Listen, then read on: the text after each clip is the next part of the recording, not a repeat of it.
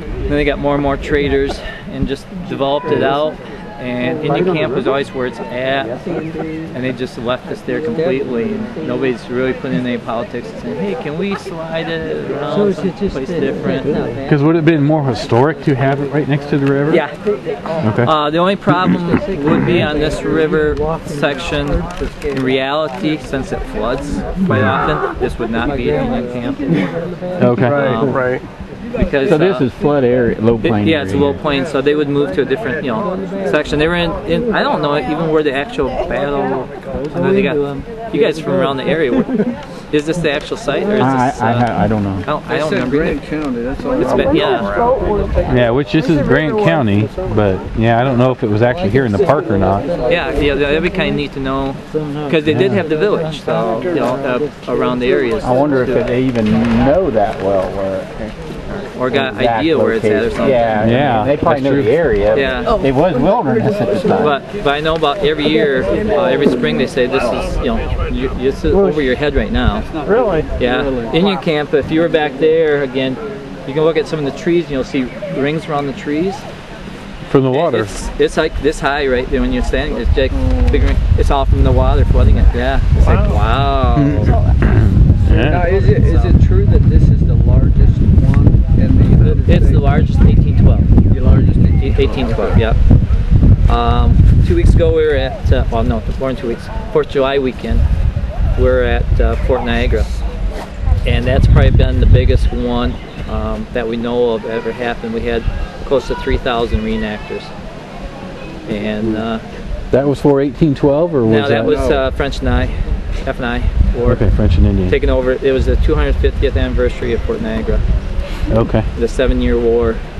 And they probably had about 1,500 British out there, and about, a lot of French and Indians out there. And it was impressive. When they lined up, it would have been from here all the way back to your, this end of the Traders Row. Just big lines. Oh, wow. It was cool. If you you can see some scenes and pictures if you go to Siege of Niagara. It's on the webpage on just Siege of Niagara, and they got pictures there. And if you like to check out some stuff there, it's got fort pictures. Because they didn't have cameras till about the Civil War, so I don't think there's any photos, correct? There's well, they had cameras a little bit before the Civil War, but. I don't think they did during any of these times. No, the F&I, they didn't have it.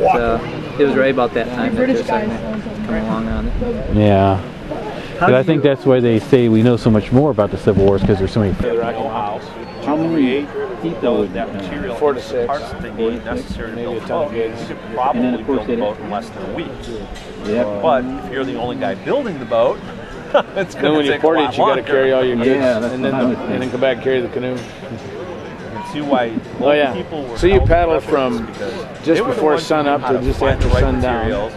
Stop for 10 minutes every hour on the lake at night. in order to make the tool. Roll a canoe up, cover it with a tarp, put your goods under there, and then the guys would sleep wherever they could.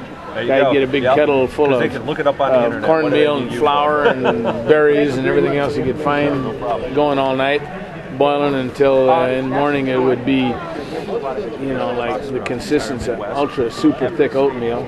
Then they'd put that in the canoe and paddle for an hour or two before they stopped for breakfast. And they'd all gorge that as much as they could, paddle all day, and get another meal at night. Same kind of deal. Work hard. Somebody was just Freight was a little expensive by the time you, but that's a trap.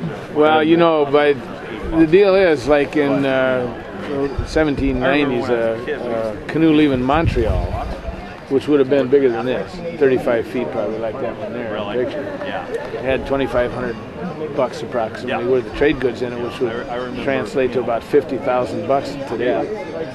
So it was a big business. It was expensive stuff. So what kind of goods do they usually carry? Well, about 50% of the goods in that canoe out of Montreal would have been textiles. Bolts of cloth, most valuable things. made shirts and everything else like that. Some of it would have been tools, hose, axes. What would a shirt knives. like that, let's say it depends, I'm sure, how far they transported it. Roughly, what would the cost end up being by the time someone bought it in the frontier? Yeah, It'd be real expensive. It'd be real expensive. It varied from it varied from year to year, and it's hard to translate and into beaver pelts. Oh, yeah, absolutely. By the time you got there, a shirt like this, or like he's wearing, might be worth 2 nice big beaver, made what they call made beaver, stretched and dried. But see, that guy, by the time he got that back to Europe, you got to remember, these guys they're paying for the cargo, they're paying the guys that are carrying it, the whole 9 yards. But by the time they get that beaver back to Europe, Sure, no problem. it's worth a lot more than that on the European trade. So they're really making good money. But there's a huge process in getting it to Europe. Oh yeah. And, Transportation. You don't have a lot of time too. absolutely. Because these guys would go in, you know, in the summer, late summer, they would go to a fur post in there, they would spend the entire winter, and they would be traveling to the villages, because the native people are the ones that hunted the furs, trapped the furs. And they would bring them to the fur post. And the guy would give them, for example, he'd give them traps, and he'd give them wire for snares, he'd give them maybe a musket powder and shot on credit. The man who made this, and the guy, Indian, would go in all winter long with his family. They spread out through the winter. They only gathered together in clans in the summer. And he would hunt fur. And in the spring, he'd come back and pay his credit and whatever other trade goods like he's got down here to make his life easier, kettles, cloth, and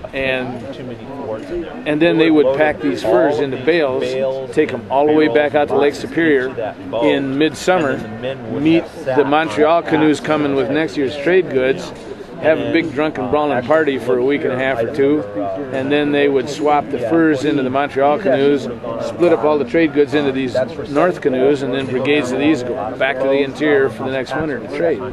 So it was a year's turnover. It might hurt your camera. Might break. Filming me. Move that ball.